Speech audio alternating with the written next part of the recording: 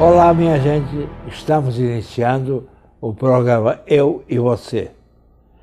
Na realidade, hoje o programa será eu com cada um de vocês. Para começar, aspectos humorísticos do programa eleitoral na TV. E para gáudio dos senhores, daremos outra vez trechos da entrevista que fizemos com a cantora Varza. Uma maravilha! E abordaremos também, continuando a parte de saúde, o problema da fobia e também contarei uma história do famoso sábio Rei Salomão. Minha gente, vamos começar com um assunto triste. Por quanto tempo ainda vamos abrir os jornais, ligar a televisão e nos depararmos com notícias da mais extrema violência praticada por traficantes, como aconteceu agora em Mesquita, numa região chamada Chatuba, quando 6 jovens com menos de 20 anos de idade foram assassinados após serem capturados pelos bandidos quando se dirigiam a uma cachoeira para se divertir. Vejam que audácia! Os bandidos, depois do assassinato dos 6 jovens, chegaram a ameaçar o colégio Nuta Patrick James em Nilópolis, onde estudavam as vítimas, pois a unidade foi invadida por 2 homens que forçaram o portão de ferro da escola, foram até as salas de aula, quebraram bancos, cadeiras e ameaçaram matar a todos. Imaginem o trauma deixado nos professores, mas especialmente nos jovens. Fica aqui a manifestação de nossa solidariedade, o nosso pesar dirigido às famílias das vítimas que tão cedo tiveram suas vidas interrompidas de forma tão brutal. Que Deus dê muita força e coragem a todos. Cobramos também das forças de segurança e da justiça punição exemplar para os culpados. O sacrifício de vida desses jovens sirva, no mínimo, para que polícia, exército e todas as forças possíveis assumam o controle daquela região tão abandonada. Que a população possa ter paz, não ser a todo momento afrontada por bandidos. Que essa guerra selvagem pelo controle do tráfico seja aniquilada. Uma guerra que tem feito tantas vítimas inocentes. Confiamos no nosso secretário de Segurança, Mariano Beltrame, o melhor que o Rio de Janeiro já teve nas últimas décadas. Também sabemos que seu trabalho na busca de solução não é nada fácil. Afinal, foram décadas e décadas de abandono quando o poder público esteve totalmente ausente das comunidades excluídas. A polícia, em governos passados, chegou a ser proibida de entrar em morros e favelas. Depois, nos governos seguintes, nada aconteceu. Apenas a demagogia e as promessas imperaram em nosso Estado. Repito, confiamos no senhor Dr. Mariano Beltrame, secretário de Segurança de nosso Estado. Mas para amenizar um pouco, vamos falar de humor. O humor vem do que assistimos no horário eleitoral gratuito. Candidatos a prefeito prometendo de tudo.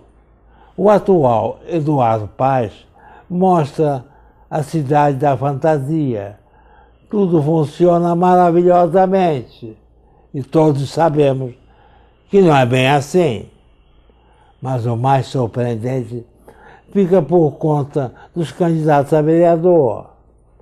Os partidos não têm nenhum respeito com o eleitor, pois não preparam a apresentação desses candidatos.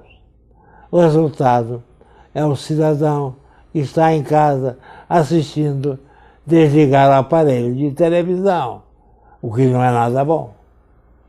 O eleitor deve assistir para saber quem realmente merece o seu voto. Qual mensagem que passa, por exemplo, o candidato que se identifica como Dudu Bodinho, ou a loura da pipoca, Dedé, filho de Deus. Escreva hoje o seu futuro de amanhã, vota na Cuca, Somebody Love. Vemos um desfile de candidatos e frases desprovidas de conteúdo e possam levar o eleitor a analisar como sério o horário eleitoral gratuito. Mas o pior fica para os demagogos oportunistas, aqueles que ocuparam cargos públicos, ficaram no poder, mas nada tendo feito, não têm o que mostrar e entram na apelação, como por exemplo, acabar com o salário de vereador. No entanto, quando foram deputados, não abriram mão de seu populoso salário.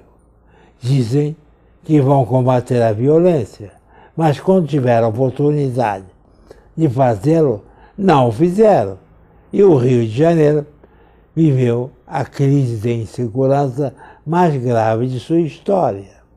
Dizem que vão combater a corrupção, mas participaram de governos que, segundo denúncias, realizavam esta prática. Estes posicionamentos são mais nocivos do que aqueles que apontei no início, de candidatos que se utilizam do humor. Esses últimos não, vêm de espertalhões e ainda com o dedo em riste, como sempre ameaçando. Olhem, esta prática nada mais é do que a manifestação de pessoas que estão em desespero, em pânico. Mas vamos em frente e tratar de fatos e pessoas que merecem a nossa abordagem. Este é o caso da entrevista que vamos reapresentar hoje, para o nosso prazer, espero, de vocês também.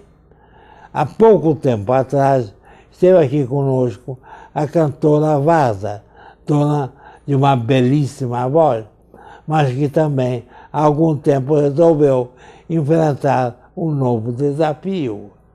Vaza é presidente do Querem KM. Mas vamos à entrevista.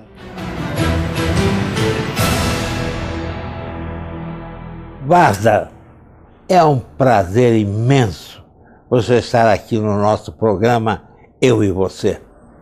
Prazer é todo meu. Você é a presidente do Querem KM. O que é o Querem KM do Rio e o que faz o Querem KM? O que é o Querem KM, o famoso KKL? KKL é a ONG de florestamento e de meio ambiente mais antiga do mundo. Tem 111 anos. Quando foi criado o KKL, já se pensava em tudo isso que está na moda agora. Reflorestamento, sustentabilidade, meio ambiente. E no Rio de Janeiro também. Eu tive a honra de ser convidada a fazer parte, inclusive da presidência, que está terminando, inclusive, minha gestão agora, mas consegui, durante esses 2 anos, eu e minha equipe, fazer um trabalho bonito, plantar árvores, bosques. Aqui tem o Bosque Jerusalém, né? O bosque que você foi um dos grandes mentores e ativistas, junto com Querem KM, é um bosque na Barra. Tem Bosque Brasil, em Israel. E assim a gente vai ressuscitando o planeta.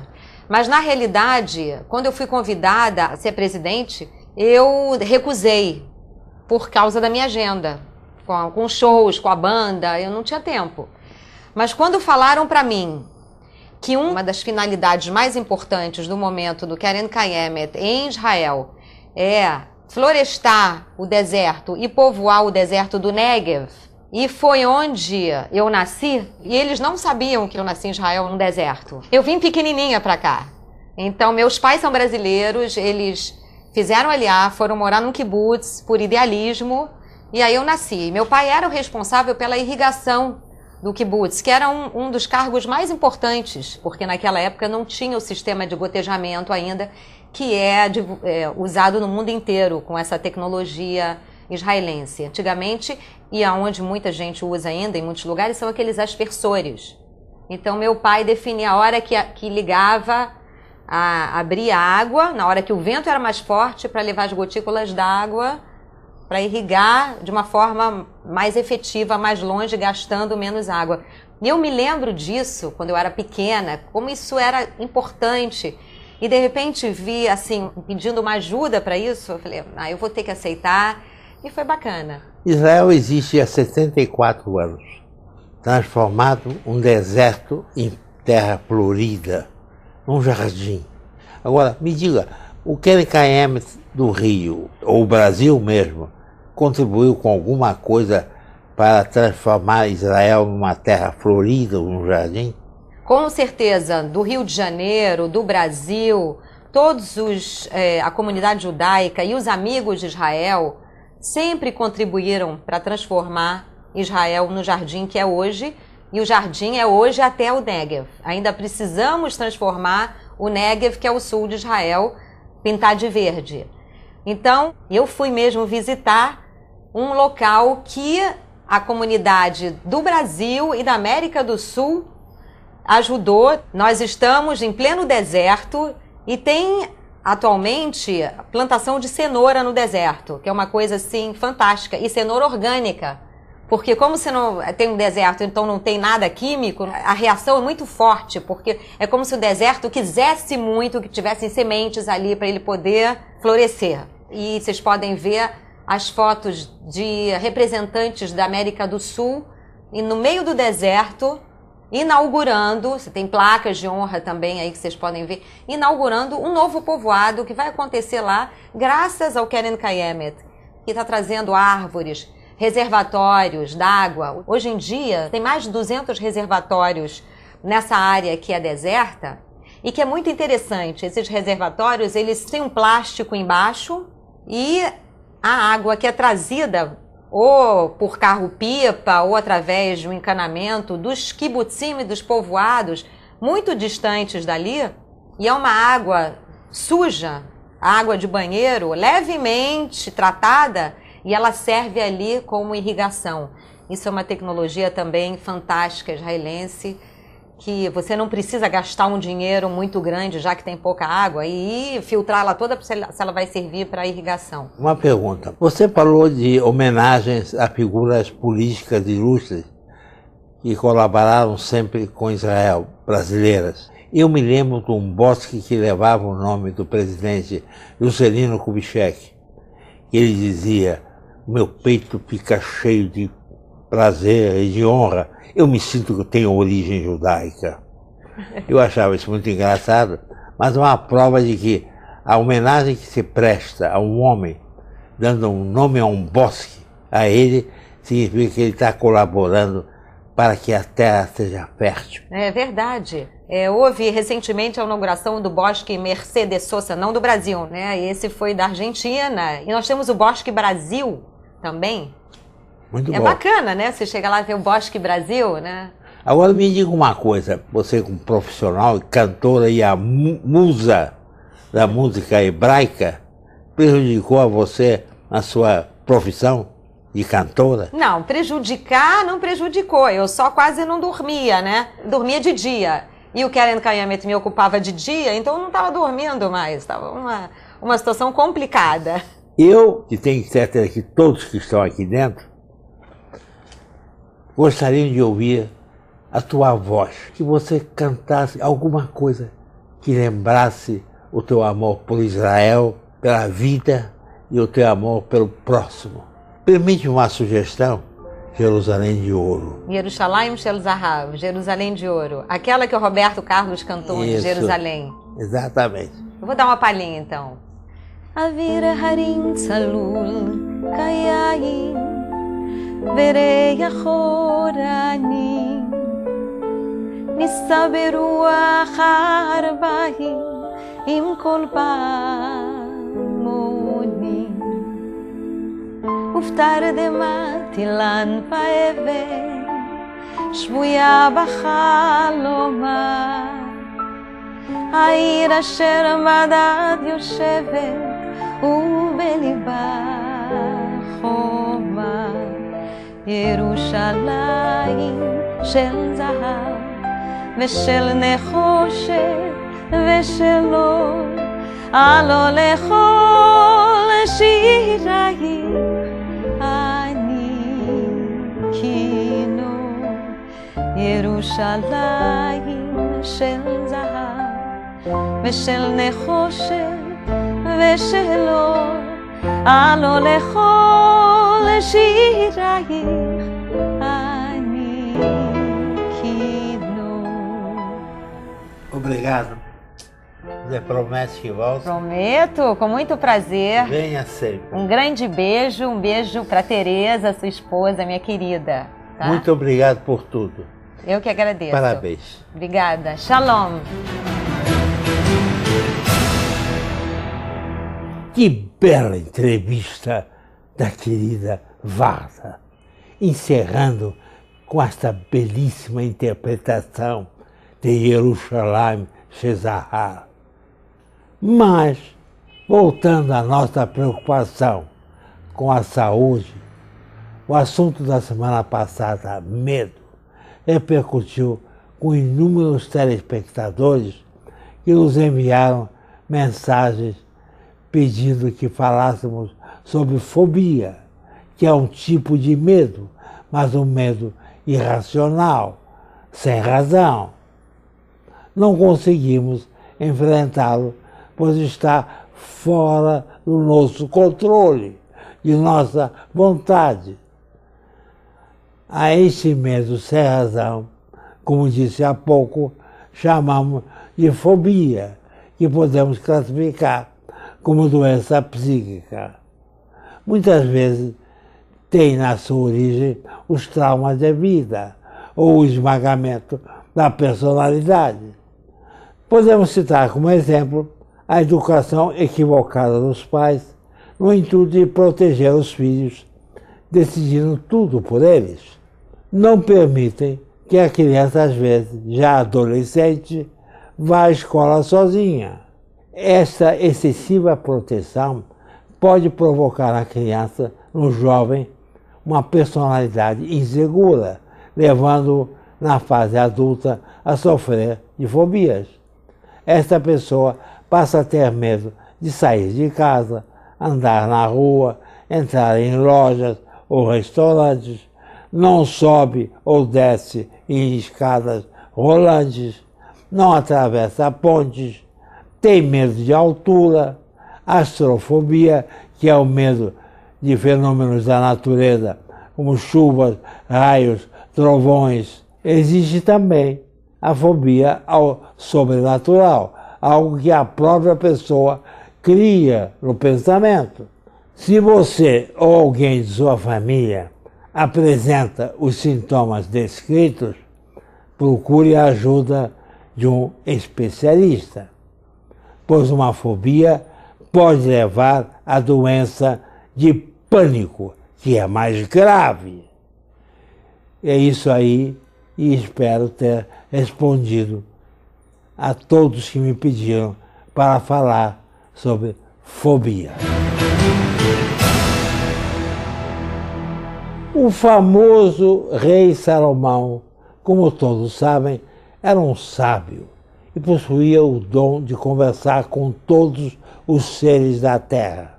Pois bem, o rei Salomão mandou chamar a rainha das formigas e disse-lhe: quero te propor uma pergunta. E ela, a formiga, retrucou: não é justo que o interrogador esteja no alto e o interrogado embaixo. O rei então abaixou-se, segurou-a em sua mão e ergueu-a. Ela, encontrando face a face com o soberano, declarou: Rei, pergunta o que quiseres. Ele então indagou: No mundo existe alguém maior do que eu? A formiga replicou: Sim. Salomão perguntou: Quem é? E ela respondeu: Eu. O monarca então perguntou: Como és maior do que eu? E a formiga retrucou: Se eu não fosse maior do que tu, o Santíssimo não me enviaria para me levantares em tua mão. Salomão irritou-se e atirou-a no chão, bradando: Formiga, não sabes quem sou eu? Sou Salomão, filho de rei Davi, o rei, que a paz esteja com ele. E a formiga então respondeu: Considera que provens de uma massa vil e deixa de empáfias. Do pó viestes, e como todos os seres, ao pó retornarás. Salomão caiu em si e sentiu-se envergonhado com as palavras da formiga. Qual a moral? A maior fortuna do ser humano, e do mais humilde ao mais importante, vale em grandeza pelas suas atitudes nobres, de bondade, de compaixão, de desprendimento. A pessoa cresce, não por se vangloriar e se julgar o dono da razão. Cresce pelas atitudes dignas, cresce em saber ouvir e corrigir, cresce por viver sem ódio, sem vaidades. E aí, então, sim, merece a admiração e o respeito do próximo. Gente, o exemplo da formiguinha tão pequenina, que trabalha e como trabalha. Produzem, fazem, constroem, organizadas, unidas, sem vaidade, em silêncio, pelo bem comum. É isso aí. E antes de encerrar o programa de hoje, desejo a todos um feliz Shana Tová e um Metuká do ano 5773. Felicidade para todos. Paz. Uma ótima semana e até domingo que vem, ao meio-dia, aqui na CNT. Até lá!